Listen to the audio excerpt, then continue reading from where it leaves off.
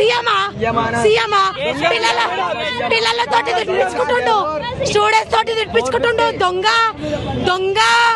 దొంగ రేవంత్ రెడ్డి. నేను చూడలే. సీఎం రేవంత్ రెడ్డికి మేము చదువుకోవాలని లేదు, అందుకనే మమ్మల్ని మా బతుకులు మొత్తం రోడ్డు మీద వేద్దామని ఫిక్స్ అయ్యిండు. అందుకనే మా కోసము శక్తి అని చెప్పి ఒకటి కొత్త స్కీమ్ తీసుకొని వచ్చిండు, జియో 97 అని చెప్పి. మాకు అది వద్దు, ఎస్బిడిటీనే మంచిగా చెయ్యి అని చెప్పి మేము అంటుంటే ఏవేవో కొత్త స్కీమ్లు తీసుకొని వచ్చి ఏవేవో ఎనికే పోతుండు రేవంత్ రెడ్డి. మాకు అవన్నీ ఏమొద్దు, మేము ఈ రోజు అవి రద్దు చేయాలని చెప్పి మేము ప్రొటెస్ట్ చేస్తున్నాము. ఈ రోజు కాదు, మేము గత 1 వీక్ నుంచి ప్రొటెస్ట్ చేస్తున్నాము. మా కాలేజ్ అని కాకుండా మొత్తం తెలంగాణ మొత్తం అన్ని ఇంజనీరింగ్ కాలేజెస్ మొత్తం లారీ తీస్తుంది రోడ్లెక్కి, కానీ ఆయన ఇంత ఫైదా కూడా చూపిస్తలేడు మాకు రేవంత్ రెడ్డి ఏదో ఒకటి న్యాయం చేయాలి. స్టూడెంట్స్ ఇంతగానము పోరాటం చేస్తున్నా ఆయన కళ్ళు ఇంకా తెరుచుకుంటలేవా? అసలు ఏడున్నాడు, ఏం చేస్తుండ ఆయన?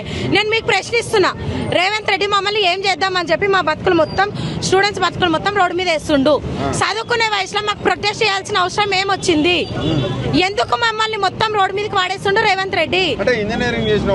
మాకు అంటుండు అంట లెటర్ రాయనికే రాదంటుండు, క్రిమినల్ వేస్ట్ అని అంటుండు. ఎందుకు వేస్ట్? మేము ఆయన బెస్టా?